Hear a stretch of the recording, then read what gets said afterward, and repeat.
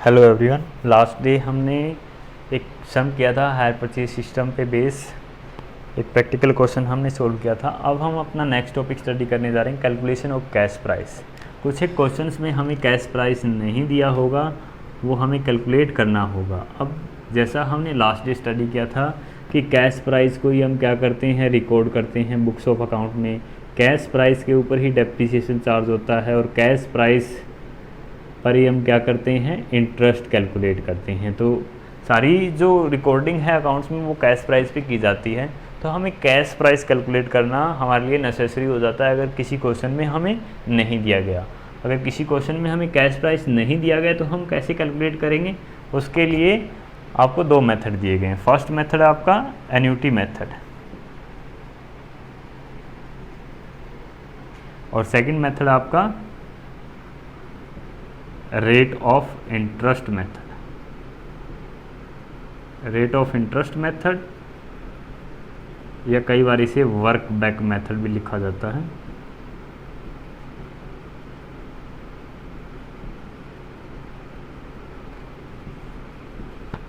ये दोनों नाम एक ही मेथड के हैं। अब हम सबसे पहले स्टडी करने जा रहे हैं annuity method. Annuity method study करने से पहले हमारे लिए ये जानना ज़रूरी है कि एन्युटी क्या होता है। एन्युटी क्या है? A series of equal payment, a series of equal payment at fixed interval. Annuity क्या है? एक सीरीज ऑफ पेमेंट है। इट मीन्स केवल एक अकेली पेमेंट एन्युटी नहीं है। अब जैसे हम कहते हैं 10,000, तो ये अकेली पेमेंट है, ये एन्युटी नहीं है, ये सीरीज ऑफ पेमेंट है। कई बार ये रिपीट होती है 10,000, 10,000, 10,000 एंड 10,000। अब ये क्या होगी? एक सीरीज़ होगी। सीरीज़ भी है तो इक्वल पेमेंट की है।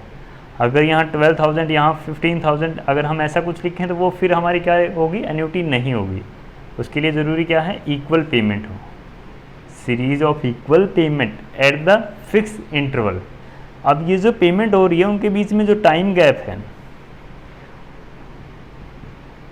टाइम गैप वो हमेशा इक्वल होना चाहिए, तभी हम उसे एन्युटी कह सकते हैं। अदरवाइज उसे एन्युटी नहीं कहा जा सकता। जैसे 10,000 जो पे किए जाते हैं हर ईयर के एंड में पे किए जाते हैं, तो हर पेमेंट के बीच में 1 ईयर का गैप है, तो गैप हमारा इक्वल है, फिक्स है, इसमें कोई चीज़ नहीं है। तो हम क्या कह सकते हैं, इस पेमेंट की सीरीज़ को क्या कह सकते हैं? एन्युटी बोल सकते हैं। ठीक है। अब ये तो हो गया इसका मीनिंग। अब उसके बेस पे हम हमारा कैश प्राइस कैसे कैलकुलेट करेंगे। अब कैश प्राइस और हायर परचेज प्राइस दो हमने कल डिस्कस किए थे, हायर परचेज प्राइस और कैश प्राइस।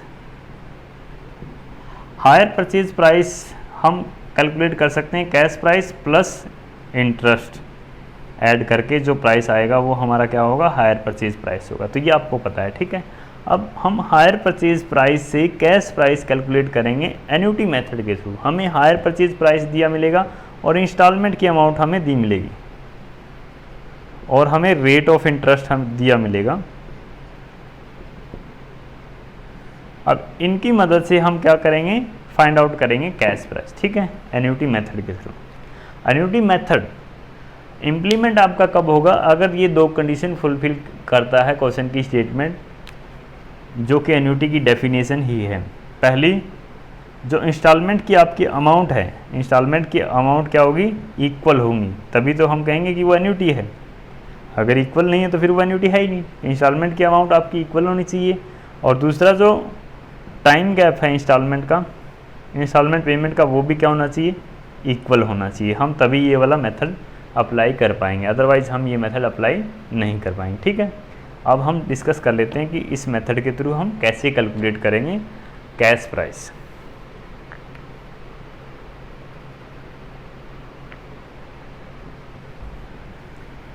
अब डायरेक्टली क्वेश्चन सोल्व करने से पहले हम क्या करते हैं कि एग्जांपल के थ्रू अच्छे से सिचुएशन को समझ लेते हैं। अब जैसे दो पर्सन हैं, राम, और यहाँ हम ले लेते हैं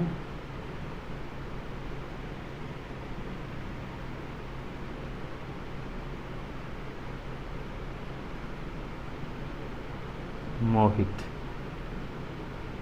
राम और मोहित दो ऐसे पर्सन हैं। अब राम क्या करता है, हम एक एग्जांपल सपोज कर रहे हैं, first second and third year. हर साल राम क्या करता है, हर साल के अंत में 1 रुपया वो क्या करता है, मोहित को देता है। मोहित को क्या देता है, हर साल के अंत में 1 रुपया मोहित को देता है। मोहित के पास टोटल कितने रुपए गए, 3 रुपये। किसकी तरफ से गए, राम की तरफ से। राम की तरफ से मोहित के पास 3 रुपये गए 3 साल के अंत तक, ठीक है। अब क्या मोहित इसे 3 रुपये ही वापस करेगा, बिल्कुल नहीं। अगर 3 रुपये ही वापस करने हैं तो फिर राम ने दिए ही क्यों। हाँ फ्रेंड, अगर है तो कुछ सिचुएशन और हो जाती है, अगर ये आपस में बिजनेस कर रहे हैं तो ऐसा नहीं होगा, फिर इसमें इंटरेस्ट ऐड होगा। इंटरेस्ट की जो वैल्यू ऐड होगी उसके बाद जो अमाउंट आएगा वो अमाउंट पे करेगा मोहित राम को 3 साल के बाद। तो चलिए अब एक इंटरेस्ट रेट हम अज्यूम कर लेते हैं, 5% इंटरेस्ट रेट चल रही है मार्केट में। तो 3 साल बाद कितने रुपए मोहित इसे वापस करेगा, अब वो जान लेते हैं, ठीक है, फटाफट से। पहले साल के अंत में ही अगर मोहित राम को रुपए वापस कर दे तो उसे कितने देने हैं, 1 ही रुपया वापस देना है। जैसे पहले साल के अंत में 31 दिसंबर को तो राम ने रुपया दिया और 31 दिसंबर को शाम को ही मोहित ने अगर वापस करना तो 1 रुपया वापस करेगा, क्योंकि 1 दिन का कोई इंटरेस्ट नहीं होगा।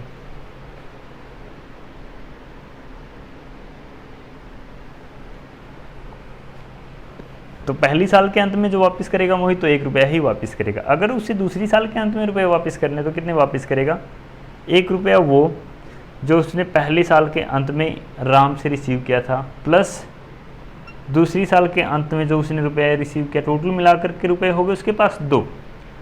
और अब इंटरेस्ट भी इसमें ऐड होगा। इंटरेस्ट जो 1 रुपया पहली साल के अंत में मोहित को मिला था उसके ऊपर ही इंटरेस्ट लगेगा, जो दूसरी साल के अंत में मिला उस पर तो लगेगा ही नहीं, क्योंकि अभी तो वो मिला है।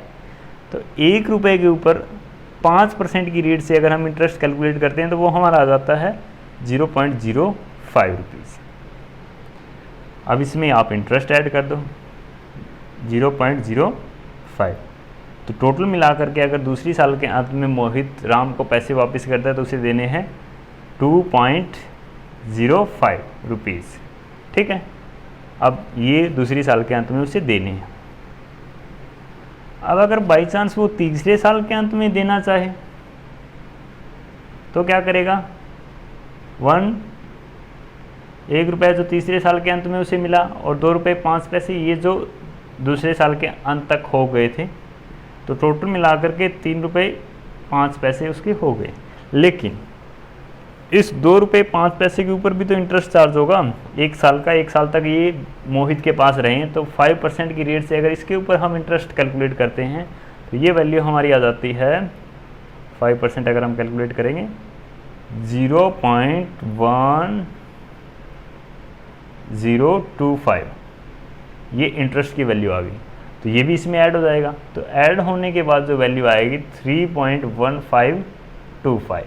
तो 3 साल के बाद अगर मोहित पेमेंट करता है राम को तो ये अमाउंट उसे पे करना होगा 3.1525 रुपीज़, ठीक है। अब ये अमाउंट उसे पे करना होगा अगर राम हर साल के अंत में मोहित को 1-1 रुपया देता है तो, ठीक है। अब यहाँ देखो अमाउंट हमारी इक्वल है और टाइम गैप भी इक्वल है, तो इट मीन्स एक सीरीज़ है इक्वल पेमेंट की, इसे हम एन्युटी बोल सकते हैं, ठीक है। अब एक और रिवर्स एग्जांपल हम ले लेते हैं। अगर राम इसे 1-1 रुपया हर साल के अंत में न दे करके आज की आज फर्स्ट ईयर के स्टार्टिंग में ही अगर उसे वो रुपए देने हों, फर्स्ट ईयर की स्टार्टिंग में ही अगर उसे वो रुपए देने हों तो कितने रुपए दे आज की आज कि वो 3 साल बाद 5% की रेट से ये वाले अमाउंट हो जाए। इट मीन्स अब ये जो क्वेश्चन बन गया ये बन गया कंपाउंड इंटरेस्ट का, जिसमें आपको अमाउंट पता है कि 3 साल बाद कितनी अमाउंट पे करनी है। मोहित को पे करनी है 3.1525। आज हम राम, इट मीन्स आज राम मोहित को कितना दें, वो प्रिंसिपल के इक्वल होता है, वो हमें पता नहीं है। वो हमें क्या करना है, निकालना है। ठीक है, अब उसके बाद रेट ऑफ इंटरेस्ट हमें पता है 5% और टाइम हमें पता है। तो इस फॉर्मूले से हम क्या कर सकते हैं, ये वाली वैल्यू निकाल सकते हैं, क्योंकि हमें बाकी सारी चीज़ें पता है, सिर्फ यही नहीं पता। तो हम ये निकाल सकते हैं कि आज राम मोहित को कितने रुपए दे कि 3 साल बाद उसे मोहित ये वाली अमाउंट वापस कर दे। ठीक है, तो वो हम निकाल लेंगे। इस फॉर्मूले में हम वैल्यू पुट करते हैं, तो फटाफट से निकाल लेते हैं हम। 3.1525 इज इक्वल टू प्रिंसिपल को हमने मान लिया x, और इसको हम सोल्व कर लेते हैं। 20 से कैंसिल हो गया, 21 डिवाइड बाई 20 की पावर 3, ये इसकी इक्वल हो गया। अगेन जब हम इसको सोल्व करेंगे, ये x के मल्टीप्लाई में यहाँ आके डिवाइड में हो जाएगा, डिवाइड में होगा तो ये क्या हो जाएगा, आपका रिवर्स हो जाएगा। 3.1525 इंटू में 20 डिवाइड बाई 21, अब पावर को हम एक्सप्लेन कर लेते हैं। 20 डिवाइड बाई 21 इंटू में 20 divide by 21, that is equal to x, ये लिख सकते हैं हम। जब हम इसको सोल्व करेंगे तो वैल्यू हमारे पास आएगी 2.72325, ये वाली वैल्यू आ जाएगी x की। इट मीन्स अगर आज राम रुपए देना चाहे तो मोहित को 2.72325 अगर रुपीज़ देता है तो 3 साल के बाद मोहित उसे क्या देगा, 3.1525 रुपीज़ देगा।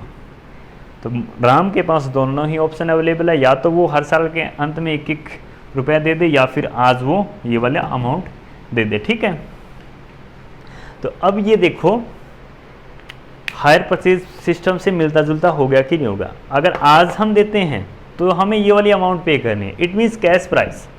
अगर आज के आज पेमेंट कर देते हैं तो ये वाली अमाउंट हमें देनी है, और अगर हम इंस्टॉलमेंट में करेंगे तो ये अमाउंट हमें देनी है। ठीक है, तो अब क्वेश्चन में हमें क्या दिया मिलेगा, इंस्टॉलमेंट की अमाउंट तो हमें दी मिलेगी, रेट ऑफ इंटरेस्ट भी हमें दिया मिलेगा, तो हमें क्या निकालना होगा, ये वाली अमाउंट निकालनी होगी। ठीक है, तो ये वाली अमाउंट हम निकाल लेंगे कैसे, क्योंकि आज दे दें हम ये वाले रुपए, या फिर हम उसे इक्वली इंस्टॉलमेंट में दे दें हर साल के अंत में, तो दोनों की जो वैल्यू है, इट मीन्स ये रुपए और ये रुपए इक्वल है कि नहीं है।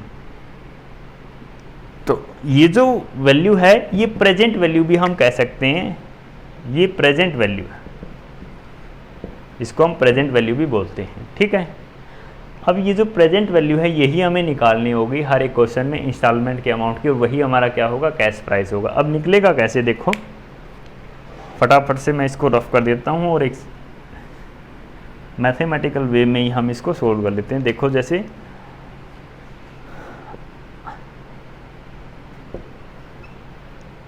if installment is ₹1 for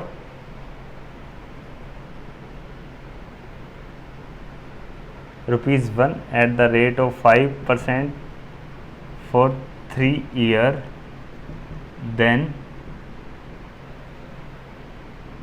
present value is equal to 2.72325, ये हम निकाल ली।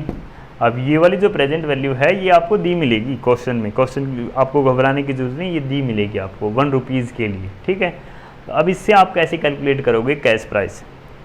अब उसके बाद इफ़ इंस्टॉलमेंट अगर ₹1 है तो उसकी प्रेजेंट वैल्यू क्या है, ये है।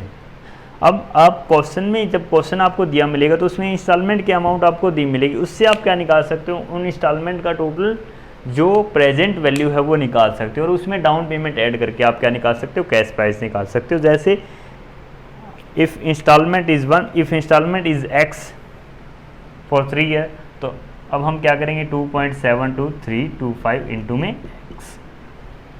ठीक है, और अगर डाउन पेमेंट हमारे क्या हो, y हो,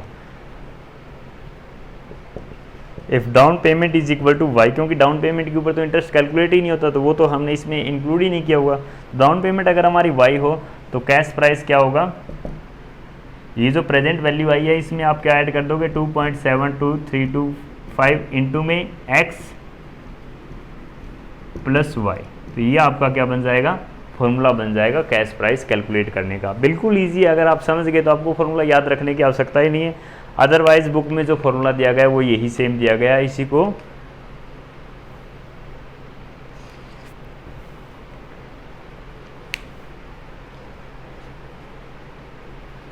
इसी को फॉर्मूले के रूप में अगर हम लिखना चाहें तो कैसे लिखेंगे, देखो अब ये चीज़ें मैं रफ कर देता हूँ।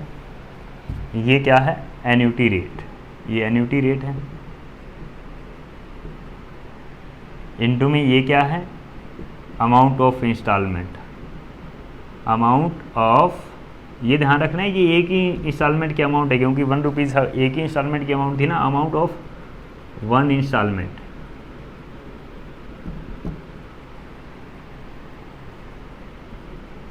और डाउन पेमेंट आप इसमें ऐड कर दो, down payment plus down payment चाहे आप बाद में ऐड करो या स्टार्टिंग में ऐड कर दो। तो cash price is equal to आपका क्या हो गया, down payment plus annuity rate into में अमाउंट ऑफ 1 इंस्टॉलमेंट। तो ये आपका फॉर्मूला बन गया। या तो आप याद कर लो या इस तरीके से समझ लो। मेरे ख्याल से समझना बिल्कुल ईजी है, आपको रट्टा लगाने की आवश्यकता ही नहीं होगी। ठीक है, तो इस तरीके से आपको क्या निकालना है, कैश प्राइस निकालना है। अब इस पर बेसिक क्वेश्चन हम फटाफट सोल्व कर लेते हैं। देखो एक बार, जैसे आपका एग्जाम्पल नंबर 4 आपको दिया गया है।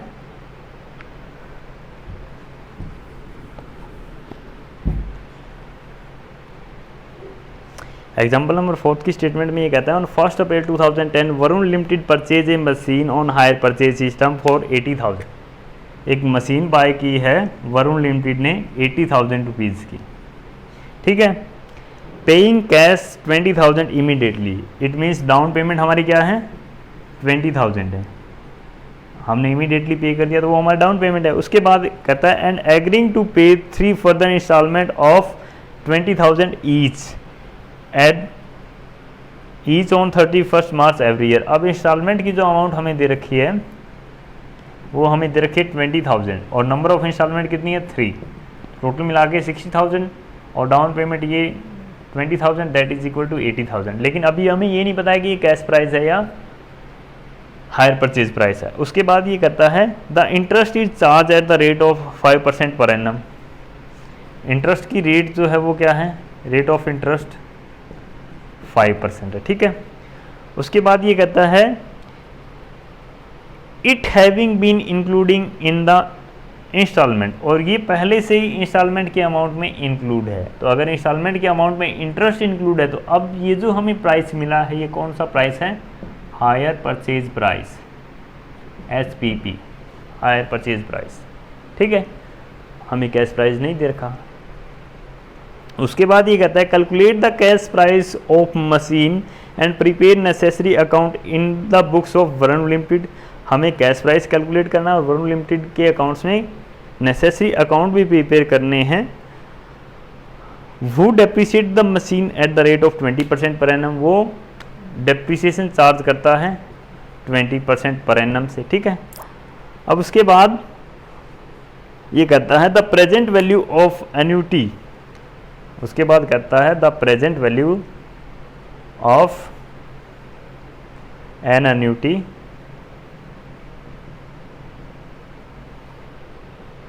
The present value of an annuity of 1 rupees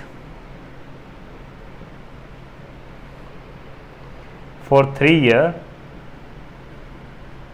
is equal to 2.72325। अब ये हमें दे दिया इसने क्वेश्चन में। इसी तरीके से आपको प्रेजेंट वैल्यू दी मिलेगी 1 रुपये की, आपको डायरेक्टली इंस्टॉलमेंट की प्रेजेंट वैल्यू निकालनी है। ठीक है, इंस्टॉलमेंट की प्रेजेंट वैल्यू निकाल के आप ये निकालोगे कि टोटल हमें इंस्टॉलमेंट में कितना कैश प्राइस का पोर्शन पे करना है और आपने डाउन पेमेंट अगर उसमें ऐड कर दी तो वो आपका टोटल कैश प्राइस हो जाएगा। क्योंकि ये जो इंस्टॉलमेंट की अमाउंट है वो तो वो अमाउंट है जो पेंडिंग रह गई थी डाउन पेमेंट करने के बाद। तो अगर हम इसमें डाउन पेमेंट ऐड नहीं करेंगे तो वो टोटल कैश प्राइस हमारा नहीं होगा, तो इसीलिए डाउन पेमेंट इसमें ऐड की जाती है। तो अब जैसा पहले हमने स्टडी किया था वैसे ही अब हम क्या करेंगे,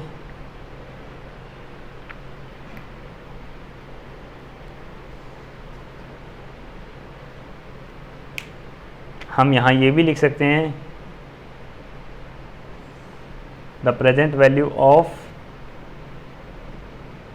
instalment present value of instalment, present value if हम यहाँ लिख सकते हैं इसके बाद ये प्रेजेंट वैल्यू इफ़, यहाँ से इफ़ इंस्टॉलमेंट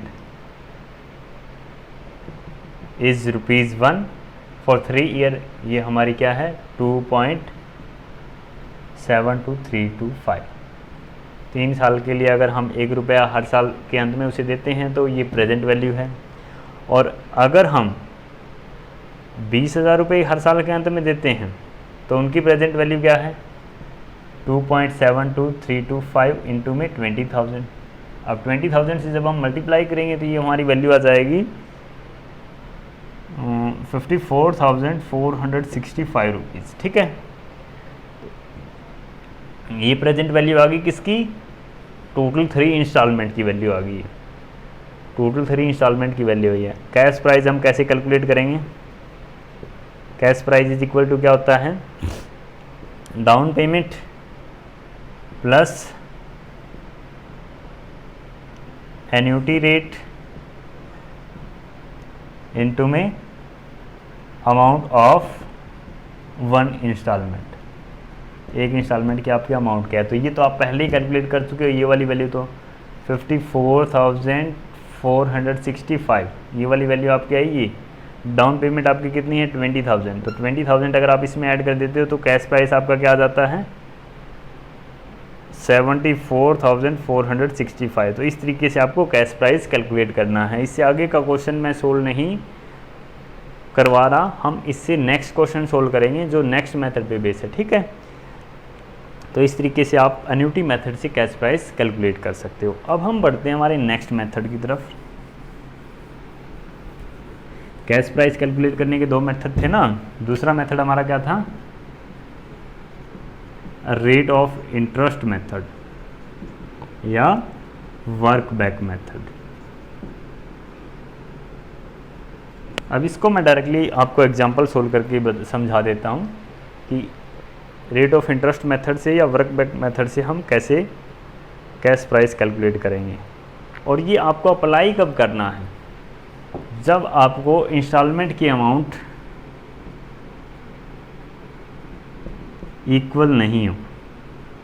अगर इंस्टॉलमेंट की अमाउंट इक्वल नहीं होगी तब हम ये वाला मेथड अप्लाई करेंगे, या फिर हमारा टाइम गैप इक्वल नहीं होगा तब हम ये वाला मेथड अप्लाई करेंगे। अदरवाइज़ हम एन्युटी वाला मेथड ही प्रेफर करेंगे। ठीक है, तो एक बार आप एग्जाम्पल नंबर 5 की स्टेटमेंट देखो, वो हम सोल्व कर लेते हैं पूरा का पूरा क्वेश्चन।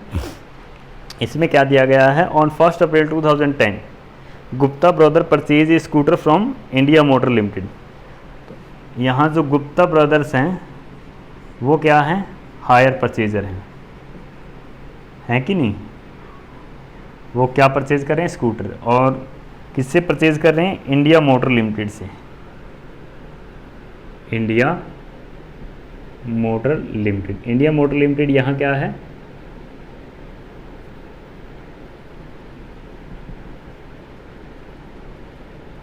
Higher vendor. अब गुप्ता ब्रदर्स ने इट मीन्स हायर परचेजर ने क्या बाय किया है, एक स्कूटर बाय किया है। एक स्कूटर इसने बाय किया है हायर परचेज सिस्टम के थ्रू। कब बाय किया है, 1/4/2010 को बाय किया है। और द हायर परचेज प्राइस हमें दे रखा है, हायर परचेज प्राइस HPP, ये हमें दे रखा है 23,100 रुपीज़।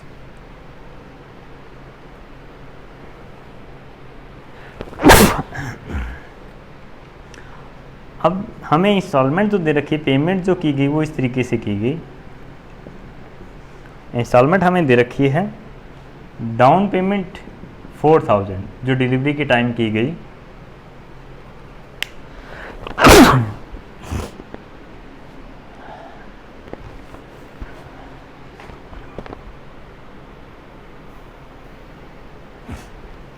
उसके बाद फर्स्ट इंस्टॉलमेंट जो हमने दी वो दी है हमने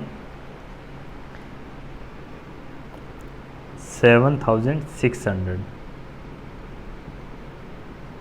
फर्स्ट। उसके बाद हमने सेकंड दी है 6,000 और उसके बाद हमने थर्ड इंस्टॉलमेंट दी है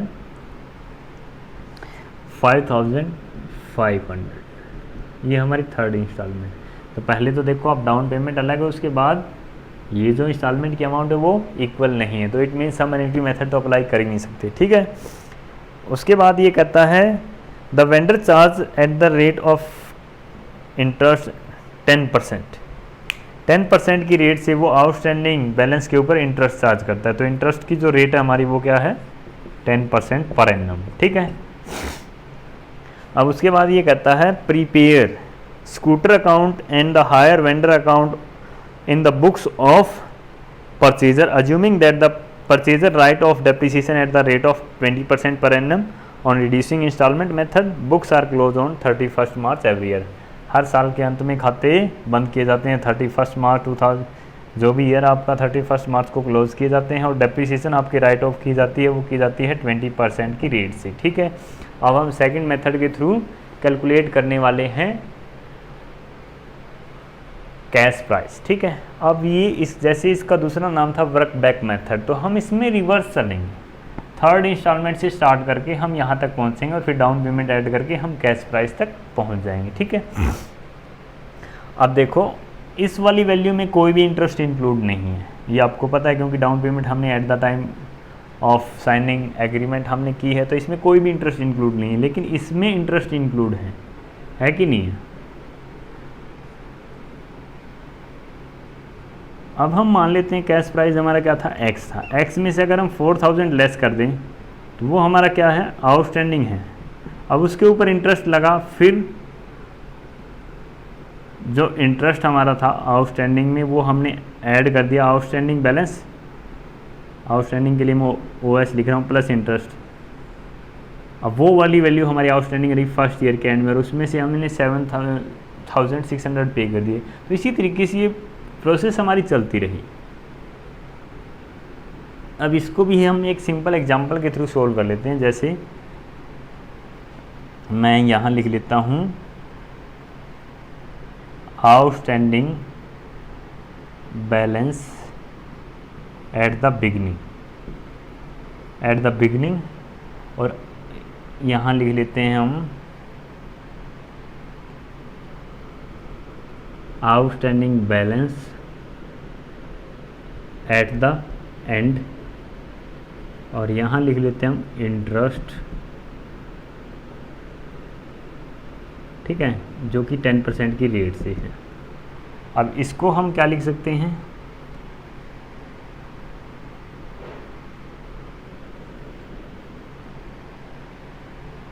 cash price at the beginning, और ये क्या होगा हमारा higher purchase price at the end. ये ध्यान रखना आपको। अब ये क्यों लिखा है मैंने ये भी आप समझ जाओगे। अब हम रिवर्स से स्टार्ट करते हैं। जैसे थर्ड हमारी इंस्टॉलमेंट हमने पे की थी, थर्ड जो भी हमारा ईयर था उसके स्टार्टिंग में कितने पेंडिंग थे हमें नहीं पता, कितने पेंडिंग थे हमें नहीं पता, लेकिन साल के अंत में आउटस्टैंडिंग बैलेंस कितना था, या उस पर्टिकुलर इंस्टॉलमेंट का हायर परचेज प्राइस क्या था। हायर परचेज प्राइस था 5500 रुपये। हायर परचेज प्राइस वही होता है जिसमें इंटरेस्ट इंक्लूड होता है। अब सिर्फ इस इंस्टॉलमेंट की बात करें तो इसका हायर परचेज प्राइस ये था, ठीक है, इसमें इंटरेस्ट भी इंक्लूड है। या outstanding balance at the end of year, third year के एंड में आउटस्टैंडिंग बैलेंस आपको कितना था 5500 रुपये, ठीक है। अब ये आपने थर्ड ईयर के एंड में पे कर दिया, तो थर्ड ईयर के एंड में ये पे करने के बाद आपके पास आउटस्टैंडिंग बैलेंस कुछ नहीं था, लेकिन ये पे करने से पहले आपके पास आउटस्टैंडिंग बैलेंस यही था, ठीक है। अब इसमें इंटरेस्ट इंक्लूड है कि नहीं है, 10% है ना। हमें ये वाली वैल्यू चाहिए जिसमें इंटरेस्ट इंक्लूड ना हो।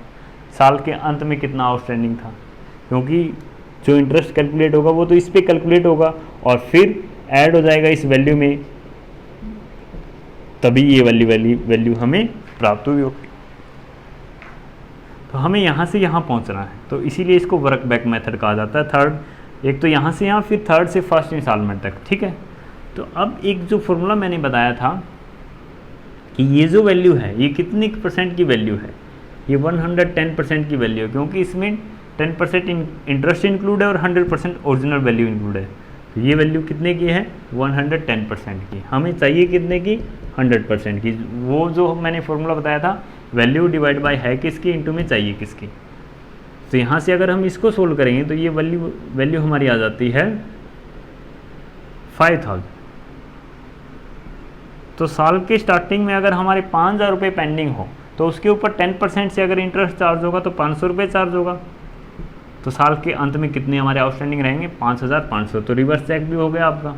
तो साल के तीसरे साल के थर्ड ईयर के स्टार्टिंग में आपके 5000 रुपये पेंडिंग थे, ठीक है। अब हम सेकंड ईयर पे आ जाते हैं। सेकंड ईयर की स्टार्टिंग में आपके कितने पेंडिंग थे आपको नहीं पता, उनका कैश प्राइस क्या था नहीं पता आपको, ठीक है। लेकिन आपको ये पता है कि आपके पेंडिंग कितने थे साल के अंत में, दूसरे साल के अंत में कितने पेंडिंग थे, कितने पेंडिंग थे। एक तो 6000 रुपये आपने ये दिए प्लस 5000 ये, क्योंकि ये भी तो आपने थर्ड ईयर के एंड में दिए ना इंटरेस्ट के साथ। तो थर्ड ईयर के स्टार्टिंग में सेकंड ईयर के एंड में तो ये 5000 ही थे, 5000 ये और 6000 जो आपने सेकंड ईयर के एंड में पे कर दिए। टोटल मिला के 5000 ये वाली वैल्यू प्लस जो आपने सेकंड ईयर के एंड में इंस्टॉलमेंट पे की 11000। तो 11000 आपके सेकंड ईयर के एंड में पेंडिंग थे, ठीक है।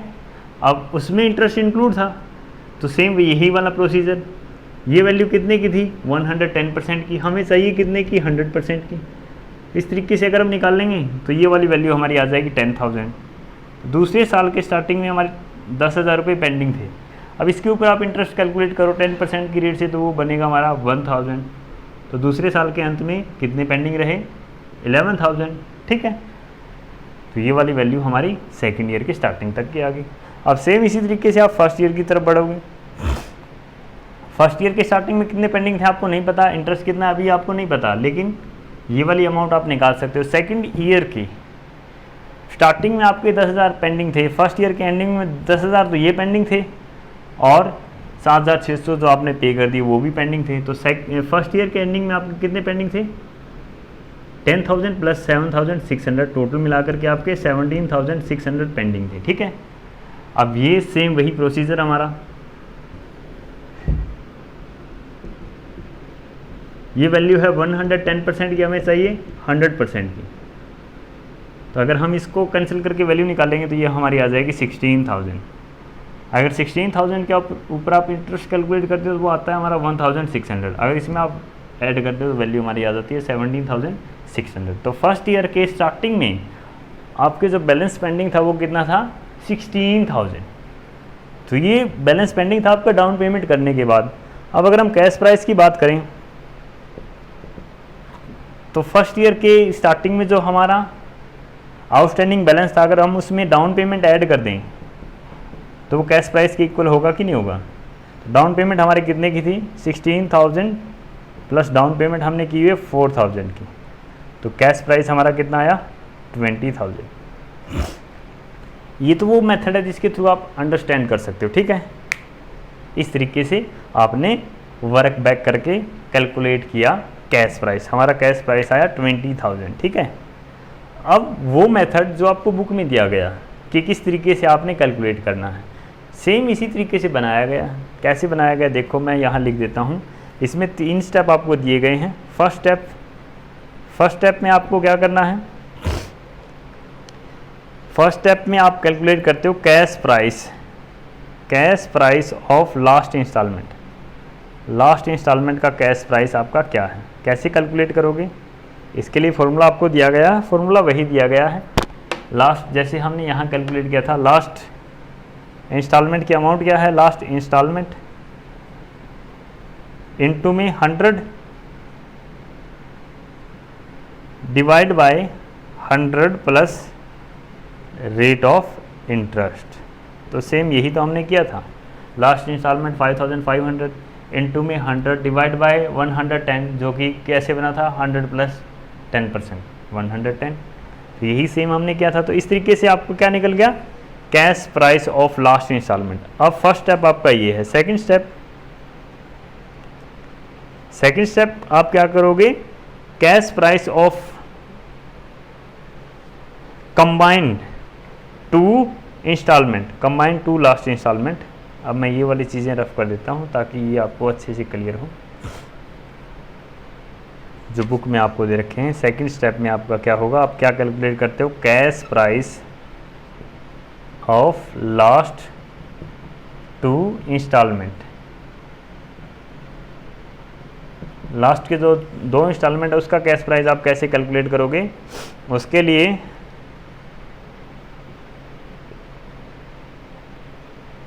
कंबाइंड वैल्यू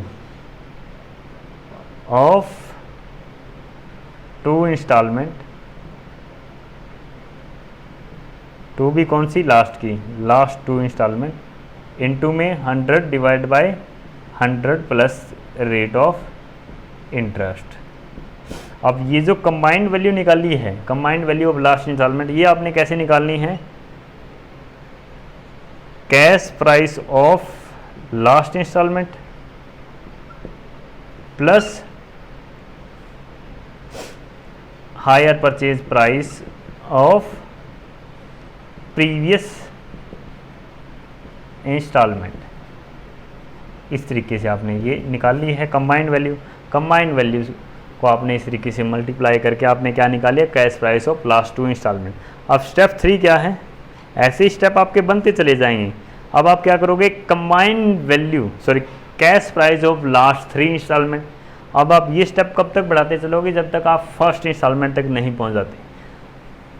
तो cash price of last 3 instalment इस तरीके से आप निकालोगे। फिर आपको क्या करना होगा, combined value of last 3 installment into में 100 divide by 100 plus rate of interest. अब कंबाइंड वैल्यू लास्ट 3 इंस्टॉलमेंट की आप कैसे निकालोगे, cash price of last 2 installment plus hire purchase price of previous installment. ठीक है, तो इस तरीके से आप निकालोगे, तो मेथड तो हमारा सेम ही है। तो इस तरीके से आपने कैश प्राइस कैलकुलेट कर लेना है सेकंड मेथड के थ्रू। तो सेकंड मेथड के थ्रू हमारा कैश प्राइस तो कैलकुलेट होगा, लेकिन क्वेश्चन अभी भी हमारा पूरा सोल्व नहीं हुआ है, वो पूरा सोल्व हम कर लेते हैं।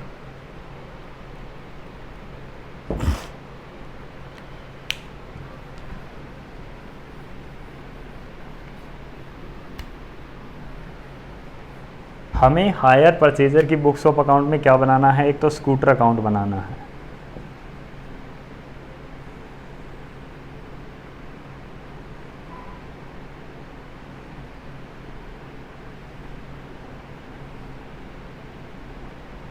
दूसरा हमें क्या बनाना है, हायर वेंडर अकाउंट।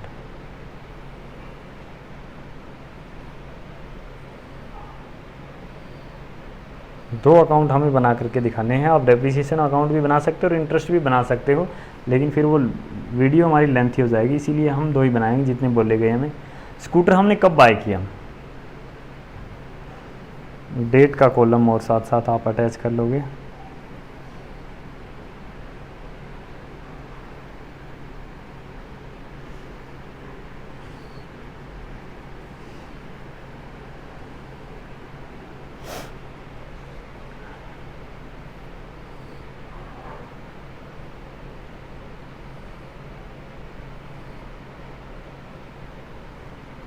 वो आप लिख लेना, डेट पर्टिकुलर अमाउंट अभी नहीं लिख रहा क्योंकि फटाफट हम क्वेश्चन सोल्व कर लेते हैं। हमने कब बाय किया, 1 अप्रैल 2010 को हमने बाय किया है स्कूटर। जब हम स्कूटर बाय करेंगे हायर परचेजर के लिए, तो हम एंट्री क्या करेंगे, scooter account debit to hire vendor. Hire vendor क्या है, इंडिया मोटर लिमिटेड। तो हम यहाँ लिख रहे हैं इंडिया मोटर लिमिटेड का हम अकाउंट बना रहे हैं और ये स्कूटर का अकाउंट है। तो फर्स्ट डे को हमने एंट्री किया कि स्कूटर अकाउंट डेबिट किया टू हायर वेंडर अकाउंट हमने किया, तो स्कूटर के डेबिट साइड हम पोस्टिंग करेंगे टू इंडिया मोटर लिमिटेड। किस वैल्यू से, जो कैश प्राइस था हमारा कितना था, 20,000 हमने कैलकुलेट किया था। ठीक है, उस दिन हमने ये कैलकुलेट किया और फिर ठीक है, उसके बाद हमने क्या किया, स्कूटर बाय कर लिया। स्कूटर बाय करने में स्कूटर अकाउंट डेबिट किया टू इंडिया मोटर लिमिटेड। तो इंडिया मोटर लिमिटेड को 1/4/2010 को आप क्या एंट्री करोगे, क्रेडिट साइड में एंट्री पोस्टिंग करोगे ना, क्योंकि क्रेडिट हुआ था फर्स्ट एंट्री में। क्रेडिट साइड आप क्या लिखोगे, बाय स्कूटर अकाउंट, कितना 20,000। ठीक है, अब उसके बाद नेक्स्ट एंट्री आप क्या करोगे, डाउन पेमेंट की। डाउन पेमेंट की एंट्री आप क्या करते हो, hire vendor India motor limited account debit to bank, ये वाली एंट्री आपने की होगी। India motor limited account debit हुआ, डेबिट साइड हम क्या करेंगे इसी डेट को 1/4/2010 को ही टू बैंक अकाउंट। हमने पेमेंट कितनी की 4000, ठीक है 4000 हमने पेमेंट कर दी। अब हमारी डाउन पेमेंट होगी। अब उसके बाद साल के अंत में क्या होगा, इंटरेस्ट चार्ज होगा। जब इंटरेस्ट चार्ज होगा तो एंट्री हम क्या करेंगे, हमारे लिए एक्सपेंसेस है, इंटरेस्ट अकाउंट डेबिट टू, हमने ड्यू किसको किया है, इंडिया मोटर लिमिटेड को। इंडिया मोटर लिमिटेड क्या हुआ है, क्रेडिट हुआ है साल के अंत में। तो हम क्या करेंगे 31 मार्च को, अब मैं ईयर यहाँ नहीं लिख रहा क्योंकि स्पेस कम है, हम यहाँ क्या करेंगे बाय इंटरेस्ट। अब इंटरेस्ट कैलकुलेट करेंगे किस वैल्यू पे, जो वैल्यू हमारी पेंडिंग रह गई थी 20,000 में से 4,000 हमने पे कर दिया था, बाकी रह गए 16,000। 16,000 का 10% अगर हम कैलकुलेट करेंगे तो वैल्यू आएगी हमारी 1,600, ठीक है। अब उसके बाद इंटरेस्ट हमारा हो गया। अब उसके बाद हमने फर्स्ट इंस्टॉलमेंट की पेमेंट की होगी। इंस्टॉलमेंट की पेमेंट में हमने एंट्री क्या की, India motor limited account debit to bank. तो India motor limited account debit हुआ 31 मार्च को टू बैंक, हमने फर्स्ट इंस्टॉलमेंट पे की। फर्स्ट इंस्टॉलमेंट की वैल्यू हमारी क्या थी 7,600, ये हमने पे कर दी, ठीक है। अब उसके बाद हमने क्या किया, डेप्रिसिएशन चार्ज की। तो हमने एंट्री क्या की, depreciation account debit to scooter account. Scooter का अकाउंट हमने क्रेडिट किया, डेप्रिसिएशन का डेबिट किया। तो स्कूटर के क्रेडिट साइड हम 31 मार्च को क्या एंट्री करेंगे 2010 को ही बाय डेप्रिसिएशन। अब डेप्रिसिएशन हमें चार्ज करनी है 20% की रेट से। 20% की रेट से 20,000 के ऊपर डेप्रिसिएशन हमारी कितनी चार्ज आएगी 4,000, ये हमारी डेप्रिसिएशन चार्ज होगी।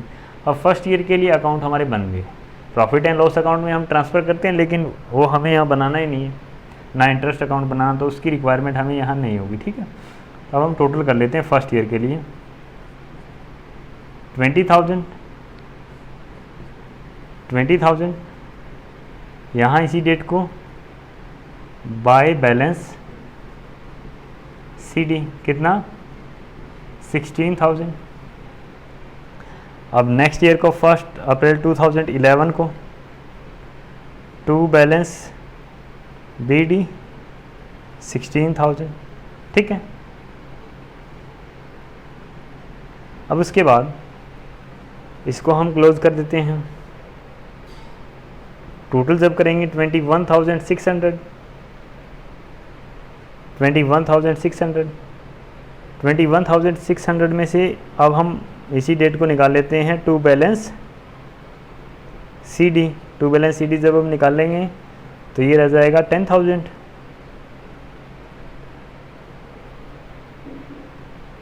अब नेक्स्ट ईयर हम इस बैलेंस को कैरी फॉरवर्ड कर लेते हैं। 1 अप्रैल 2011 को बैलेंस आके लेके आएंगे तो बाय बैलेंस BD। अब बाय बैलेंस BD हमारा यहाँ आकर के ये बन जाएगा 10,000, ठीक है। अब फिर से हम वही एंट्रियाँ करेंगे और उन्हीं की हमें पोस्टिंग करनी है। एक साल के लिए और बना देता हूँ, अगले साल के लिए आप खुद बना लेना। सबसे पहले हम क्या करेंगे, साल के अंत में इंटरेस्ट ड्यू करेंगे। इंटरेस्ट ड्यू करने के लिए एंट्री क्या है, interest account debit to India motor limited. तो क्रेडिट साइड हमें क्या करना है बाय इंटरेस्ट अकाउंट। इंटरेस्ट किस वैल्यू पे 10,000 पे। 10,000 पे अगर हम इंटरेस्ट कैलकुलेट करते हैं तो वो हमारा कितना आएगा 1,000। 10% से 1,000 आएगा, ठीक है। उसके बाद हम क्या करेंगे, डेप्रिसिएशन चार्ज करेंगे। जब हम डेप्रिसिएशन चार्ज करेंगे तो एंट्री क्या करेंगे, depreciation account debit to scooter limited, sorry scooter account. तो डेप्रिसिएशन डेबिट हुआ, स्कूटर क्रेडिट हुआ, तो क्रेडिट साइड इसके क्या लिखेंगे 31 मार्च 2012 को बाय डेप्रिसिएशन। डेप्रिसिएशन की अमाउंट क्या होगी 16,000 का 20% जो कि होगा 3,200, ठीक है। डेप्रिसिएशन हमने चार्ज कर दी। उसके बाद हम क्या करेंगे, इंस्टॉलमेंट की पेमेंट करेंगे। उसके लिए एंट्री क्या होगी, India motor limited account debit to bank. तो इंडिया मोटर लिमिटेड अकाउंट की डेबिट साइड हम क्या करेंगे, पोस्टिंग करेंगे 31 मार्च को, 31 मार्च 2012 को टू बैंक अकाउंट। अमाउंट कितनी, जो सेकंड इंस्टॉलमेंट की हमें दे रखी है, सेकंड इंस्टॉलमेंट की अमाउंट हमें दे रखी है 6,000, ठीक है। अब उसके बाद हम एंट्रियां कर देंगे प्रॉफिट एंड लॉस अकाउंट में ट्रांसफ़र करने की, उसके लिए अकाउंट हमें बनाना नहीं। तो अब हम क्या कर लेते हैं, अकाउंट्स का टोटल कर लेते हैं फिर से और बैलेंस निकाल लेते हैं। इस साइड का टोटल 16,000, इस साइड का टोटल भी 16,000 आएगा। यहाँ इसी डेट को हम क्या निकाल लेंगे, बाय बैलेंस CDM निकाल लेंगे, जो कि कितना आ जाएगा, 16,000 में से 3,200 लेस हो जाएंगे तो 12,800।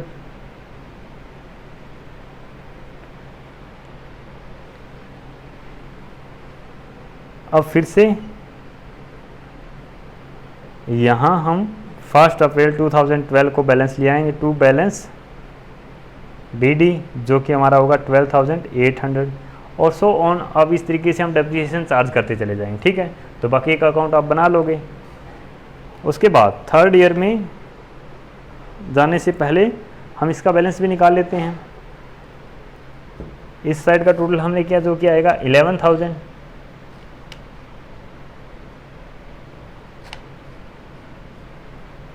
इलेवन थाउजेंड में से 6,000 लेस हो गए, कितने रह गए, 5,000 to balance CD। To balance CD हमने निकाली इसी डेट को। अब इस नेक्स्ट ईयर में हम इस बैलेंस को ले आएंगे 1 अप्रैल 2012 को, बाय बैलेंस BD, कितना, 5,000। अब फिर से इसके ऊपर इंटरेस्ट चार्ज होगा, तो 31 मार्च को हम क्या करेंगे, बाय इंटरेस्ट चार्ज होगा 5,000 पे 10% की रेट से 500। उसके बाद हम फिर से क्या करेंगे, पेमेंट करेंगे 31 मार्च को 2013 को टू बैंक। जब पेमेंट करेंगे, हम पूरी पेमेंट कर रहे हैं अब 5,500, तो इस बार ये अकाउंट हमारा क्लोज हो जाएगा। तो इस तरीके से आपको अकाउंट्स प्रिपेयर करने हैं, लेजर अकाउंट, ठीक है, कर लोगे। तो इस पे बेस 2 ही क्वेश्चन थे, 2 मेथड पे बेस आप कर लेना, बाकी हम कल करेंगे।